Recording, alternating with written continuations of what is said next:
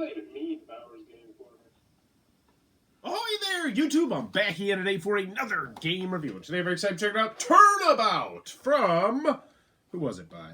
Jitterbug Games. This is for 2 or more players, ages 6 to adult. It'll take, I don't know, about 20 to 40 minutes to play. It really does depend on your player count win this game. And in Turnabout, this is a light, simple card game in which you are going to be rolling the dice on your turn and then trying to get rid of numbers that equal the amount on the dice. If you can't do that, or if you choose not to do that, you also have the option to play an action card. And there are tons and tons and tons of action cards in this game. There's reverses, there's skips, there's turnabouts, which pretty much means that if someone attacks you, now they have to deal with the attack. There's burns, where people lose their hands, or trading cards, or trading hands, doing all sorts of crazy stuff like that. It's a light, simple, family-style game. But is it good? Let's open it up, and I'll tell you what I think. Alrighty then, we're going to take a look at what you're going to get inside of Turnabout. So first and foremost, we have our handy dandy rule cards. You're going to get 3 cards, single-sided. They're pretty well done, and they should have you up and running pretty smoothly. You're definitely going to want to keep these 2 cards right here, because this honestly is just how you play the game. But this is all the different cards in the game and what they do. Yeah, there's this many different cards. All roll and draw, all trade right, all trade left, burn, discard 2, discard 3, discard odd, discard even, discard red, discard blue, freeze, reverse, roll and discard, roll and draw, skip, trade left, trade right, all wild action cards, which means all these things, but instead of being normal, there's wild. And then, of course, there's turnabout cards. There's an insane amount of special cards in this game, also the scoring down here. But what you're trying to do with Turnabout is you were trying to be the first person to get to 500 points. You are going to get to 500 points by getting rid of all of your cards first, then gaining the points that other people have in their hand. What am I talking about? Let's show you how the game works. So, on your turn, at the beginning of the game, everyone's going to draw 6 cards. Now, these are 6 completely random cards that I got. I have 1, 2, 3, 4 special cards, and then 2 normal cards, which is something you're going to notice throughout this game. What are you going to do on your turn? Well, you roll the dice 99% of the time. The only time in which you are not going to roll the dice is, of course, when you have a roll and discard card. This is the only card you would lay down before the dice are rolled. Everything else you lay after the dice are rolled. But I don't have a roll and discard card right now, so it doesn't matter. I roll the dice, and I have to equal 3. So I look at the numbers in my hand, and oh my gosh, I actually have a 3. That's nuts. Well, you roll the dice, and you have 2 choices. You can, 3 technically. The first one is you can play cards that equal that number there. So the only numbers I could make would be 3 and 4, because obviously you're never going to roll a 1 down here. Or you can play a fancy card, an action card. So I could skip, I could make myself discard 2, I could play a burn or give 1. In case you're wondering what a burn is, the next player must discard their entire hand and draw the same number of cards from the draw pile for a new hand. And that's going to happen a lot. Don't get attached to your hand ever. So the easy thing for me to do is just play this 3. So hooray! I was not expecting it to happen, but it did happen. So now it gets back to me. I rolled the dice again, and now I have a 2. And now I only have a 1, so I'm like, well, what am I going to do? I obviously cannot play a 2 down. And the third option is that you just draw a card and your turn's over, but that's lame. We're not going to do that. That's not how you win the game. So you know what? We'll just pretend I'm playing a 2-player game, and I will skip the next person. So ha ha ha, you're skipped. Then I'm going to roll the dice again. Guess what? I didn't get a 1 because, yeah, that's impossible. But luckily, what I can do is I could play this wild give 1, and then I give someone a card. So I'll just give that 1 away to somebody. And it gets back to me. And I roll the dice, and I have an 11, and I say, oh, I'm discarding 2, and then I win the game. Well, I win the round. That's it. So let's look at some of the other cards. Discard 3. We got a big stint of numbers. Discard blue. Big stint of numbers. Roll and draw. Wild freeze. Trade right. Freeze. Discard red. Trade right. Oh, we have another card. It shouldn't be in there. But as you can see, there's an insane amount of action cards in here. I mean, way more than in your typical game, I would say. So how do you do the scoring? Well, it's simple. Let's just say that I was playing a 2-player game. The other person had, 4 cards left in their hands. So all the numbers, you get face value. So I would get 11 points right there. And then since this is an action card, I would get 10 points. So I would get 21 points. And then you would rinse, wash, and repeat.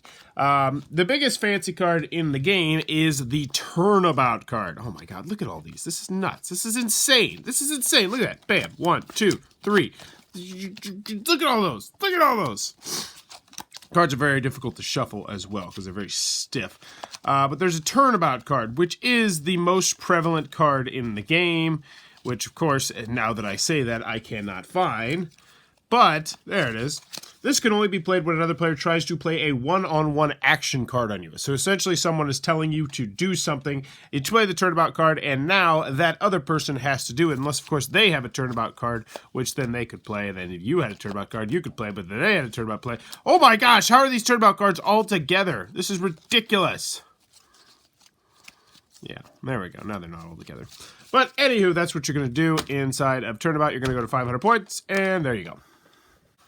Alrighty then, Turnabout from Jitterbug Games. What are my final thoughts? Let's go with the pros, let's go with the cons. First, on the pro side, I like the box. It's a nice, compact, small box. I don't see too many boxes this size, but I really like it.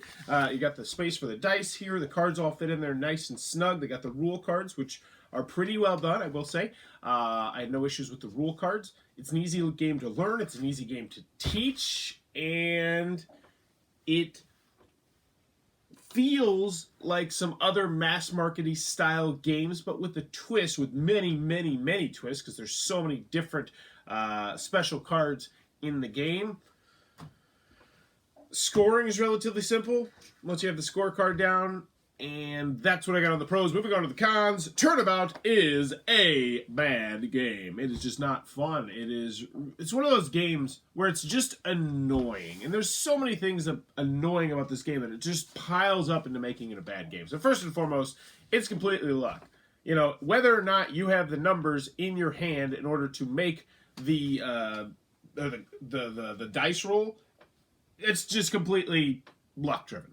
You could have a whole boatload of numbers in your hands, but if you don't have low numbers, well, then you might be screwed if you get the lower stuff. Also, the action cards. There are so many action cards in the game. It's ridiculous. Action cards on action cards on action cards on action cards on action cards on action cards. I kid you not, I played one round of this where I was dealt 5 action cards, and 3 of them were turnabouts, and I was like, what am I supposed to do? And the other person, they didn't have any, apparently, that were like attacky action cards. Like they were action cards that it was just, oh, discard this, or do that. And I was just sitting there with these cards in my hands, and there's nothing I can do about them. There's no way to get rid of them unless someone attacks me, or unless someone causes me to burn my hand or steal my hand. And you can never get attached to your hand. I hate games that do this. I hate when I can't get attached to my hand. I hate when I know at a moment's notice that my hand is going to be gone, or it's going to be trashed, or it's going to be burned, or it's going to be stolen, or something weird is going to happen to my hand. And this game does that quite frequently.